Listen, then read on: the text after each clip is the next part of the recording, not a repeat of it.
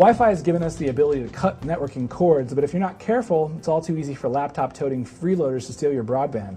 On this Insider Secret, we'll take a look at how to secure your wireless network. I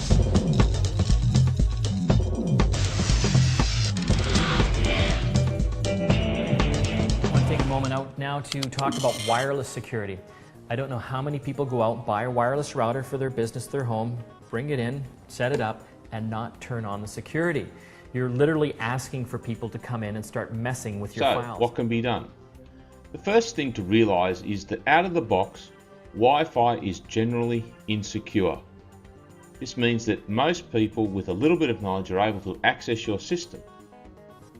The first step that you need to take to prevent this is to enable wireless encryption via something like WPA.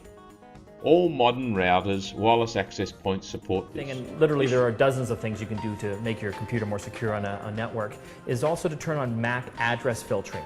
Every type of device that can connect to a network has what's called a MAC address. It's almost like a unique address, like a street address, for example.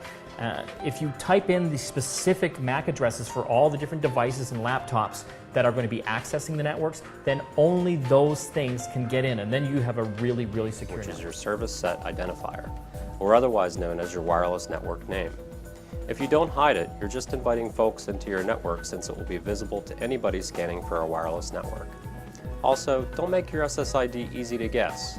If you live on a lake house is not a good SSID. The encryption. So once you've got that username and password set up properly, turning on the encryption makes it virtually impossible for anyone to get in unless they have the 10-digit encryption key. So there's two types. There's WEP, spelled W-E-P, and that's been the standard for a number of years now with the wireless B networks. And now with wireless G, they've got a new, more secure standard called WPA. It's been accused of tapping into private networks when driving around sniffing for wireless connections while collecting data for its Street Maps program. War driving, which is where bad guys drive around looking for unsecured wireless networks they can hack into, is a real hazard these days. We once conducted an experiment to see how many unsecured wireless networks were in our neighborhood. The results were disturbing. In a 6-mile drive from Sensei's office, we found 99 unsecured wireless networks, including a law firm, a realtor, and a bank. Keys is because there is a known practice called war driving. It's basically people driving around scanning networks for SSID signals that they can log into. War drivers use homemade antennas and powerful cards to reach far beyond the listed 300 feet broadcasting on most routers.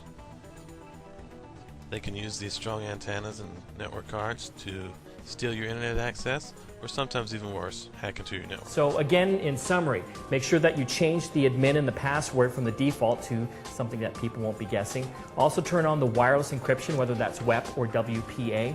And make sure that you change the SSID, which is the name of your network, or even turn the broadcasting of that off. And finally, if you feel so inclined, turn on the MAC address filtering so that you can specify what specific computers and laptops you want to log on to the network. And if you can do that, then you've got a pretty secure wireless system set up.